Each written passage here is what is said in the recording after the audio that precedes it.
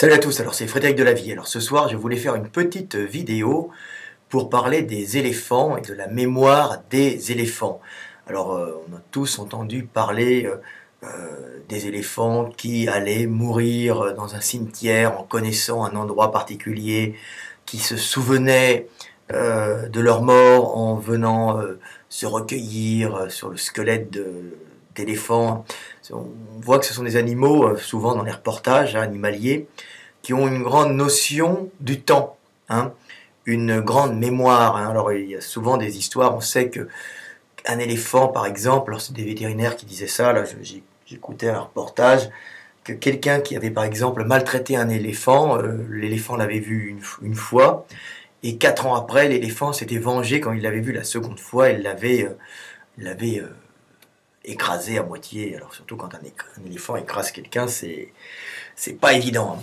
Donc la question était, c'est pourquoi les éléphants ont une mémoire si impressionnante, hein, parce que bon, l'homme a déjà une mémoire très impressionnante, mais pourquoi les éléphants, eux aussi, ont une mémoire impressionnante? Alors c'est une chose simple, hein, c'est au même niveau que l'homme. Hein, j'ai longtemps pensé que l'homme était le seul animal, le seul être vivant à avoir des notions de temps dans le langage. Et il est fort possible que les éléphants aient des notions de temps dans le langage. Alors pour quelle raison? Alors une raison simple, c'est que, comme pour les hommes, je vais réexpliquer la notion de temps dans le langage, hein, qui a permis un accroissement phénoménal de la mémoire, hein, chez l'homme.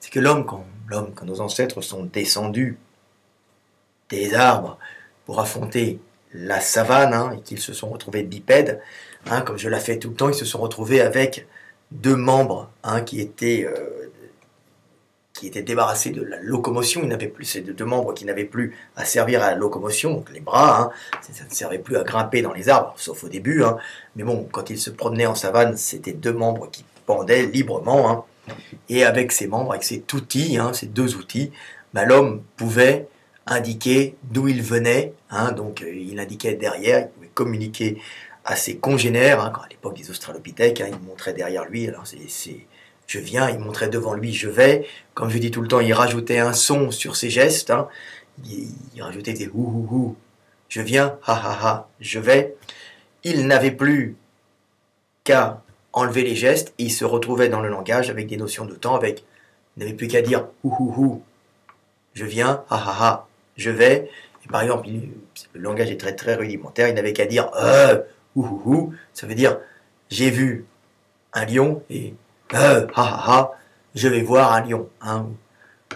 Donc c'est le début des notions de temps dans le langage qui ont permis justement à l'homme, justement avec ces notions très rudimentaires de base, hein, de pouvoir dire, de pouvoir se remémorer les choses. Hein. Il suffisait qu'il se souvienne de ce son, hein, de ce houhou, de ce hou qui semblait le passé, ou ah, c'est vraiment symbolique, ça se trouve c'était un autre son, hein, et il n'avait plus qu'à penser au passé, hein, donc ça lui permettait de réactiver ces connexions synaptiques, hein, qui correspondaient à certains souvenirs, et justement de les réactiver, les doubler, les tripler, et d'ancrer ces souvenirs dans sa mémoire. Hein. Par exemple, quand vous pensez à votre maman, vous dites « Oh, hier j'étais avec maman hein. ».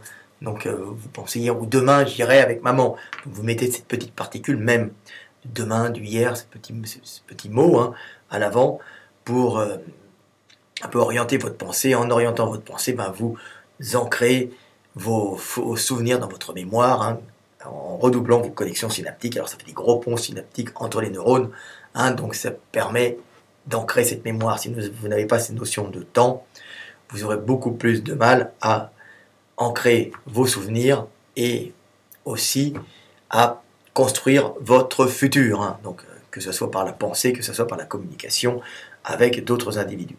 Donc, quel rapport avec les éléphants? Ben, les éléphants se retrouvent dans un système à peu près pareil, avec des membres supérieurs. Alors, leurs membres, ils n'ont pas de membres supérieurs, ils restent quadrupèdes, hein, ils ne sont pas descendus des arbres, sauf qu'ils ont une trompe, et cette trompe sert de bras. Alors, ils n'en ont pas 2 comme les humains, ils n'ont pas 2 bras comme les humains, ils n'ont qu'une trompe, hein, donc c'est un bras, hein, cette trompe. Hein. Ça sert à respirer, bien sûr, mais ça sert aussi à prendre des objets. Hein. C'est un des rares animaux qui a un membre pour attraper quelque chose. Hein. les chevaux, les chiens attrapent en général avec leur bouche, hein, ben, l'éléphant, lui, attrape avec ce bras qui est un bras au bout du nez, qui est une trompe et qui permet de respirer et surtout d'attraper les choses. Donc ça devient aussi un outil d'indication chez l'éléphant, hein, comme chez l'homme.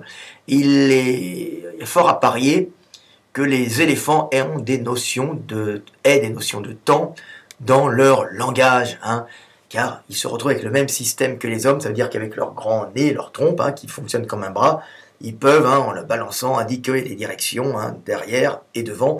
Il suffit qu'ils rajoutent un son dessus. Alors, ce sont des sons que nous, les humains, souvent, n'entendons pas chez les éléphants. L'éléphant peut barrir, hein, je crois que c'est le barrissement d'éléphant, mais l'éléphant communique aussi par infrasons, donc des sons qui sont souvent imperceptibles à l'oreille humaine. Et il est fort à parier que les éléphants, que les communautés d'éléphants aient un langage avec des notions de temps grâce à cette trompe, hein, cette trompe qui peut indiquer d'où ils viennent en la balançant vers derrière et en la balançant vers l'avant, indiquer où ils vont, hein. Donc voilà. Donc ça, c'est visiblement, l'éléphant a visiblement des notions de temps, car il possède un bras au bout du nez qui peut indiquer les directions. Je vais en montrant devant, je viens en montrant derrière. Et voilà l'éléphant qui se retrouve avec des notions de temps dans le langage, même rudimentaire. Il n'a pas de main comme l'être humain, donc il ne peut pas fabriquer des outils, il ne peut pas être un animal technologique, mais c'est un animal social, extrêmement social, et on le voit, hein, dans ses relations intergroupes, hein, dans ces relations du groupe, hein, inter-individus. On voit que les éléphants, souvent, communiquent, ont des notions du passé, du souvenir, hein. Ils se remémorent, ils se recueillent sur les ossements de leurs anciens. Ils ont un profond sentiment de la mort en restant auprès de leur mort proche, hein, sans les abandonner, hein, pendant pas mal de temps. Donc ils ont une notion du temps, et cette notion du temps doit aussi être dans leur langage. Comme je dis, il est fort à parier qu'ils aient sûrement dans leur langage des notions de passé et de futur, même très rudimentaires, grâce à cette trompe qui peuvent balancer. Alors il y a dû sûrement avoir la même évolution que chez l'homme, hein. Ils ont dû mettre un son sur la trompe qui va vers l'arrière, et mettre un son sur la trompe qui va vers l'avant, et après ils doivent pouvoir peut-être communiquer avec des notions de temps, même très rudimentaires, même s'ils ne sont pas technologiques comme les hommes. Cette trompe qui sert de bras a dû leur permettre justement d'avoir des notions de temps dans le langage, et ils doivent se remémorer les choses en rajoutant cette espèce de petite particule sonore que nous ne percevons pas, hein, sûrement en infrasons. Ils doivent se la remémorer dans quand ils pensent à quelque chose, ce qui doit leur faciliter l'ancrage des souvenirs dans leur petite cervelle en faisant des connexions synaptiques, et même ça doit leur faciliter leur communication entre eux pour pouvoir justement envisager des actions futures entre éléphants. Alors, comme je dis, même rudimentaire, on n'est pas au même niveau que les hommes, hein, avec les hommes qui ont quand même des mains en plus qui servent d'outils, mais l'éléphant, visiblement grâce à cette trompe, a des notions de temps. Voilà, c'était une petite anecdote sur l'éléphant, une petite pensée sur l'éléphant, hein.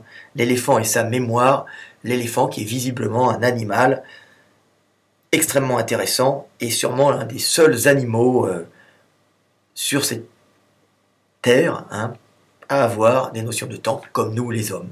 Alors comme je dis tout le temps, ces notions de temps, ça a mis l'homme au niveau de Dieu symboliquement, hein, parce que Dieu c'est celui qui dit je suis, hein. Alors quand on dit que l'homme est à l'image de Dieu, il est à l'image de Dieu par la possibilité qu'a l'homme de dire je suis, j'étais et je serai, hein. Tout le monde sait que Dieu, tout le monde ne sait pas, mais quand Moïse sur le mont Sinaï a été confronté à Dieu dans sa puissance, hein, il a questionné Dieu, il a dit qui es-tu? Et Dieu lui a répondu, hein, sous la forme d'un brasier ardent, hein, donc d'une forme énergétique, on va dire, je suis celui qui est, donc le verbe, hein, celui qui a des notions de temps. Donc, éléphant, comme l'homme, a visiblement des notions de temps, ce qui est très intéressant et ce qui fait qu'il a une mémoire d'éléphant. Voilà.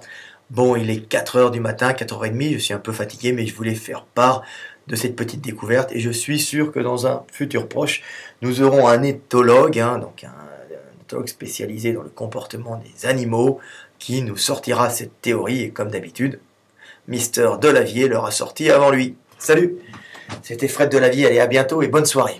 Moi je vais me coucher.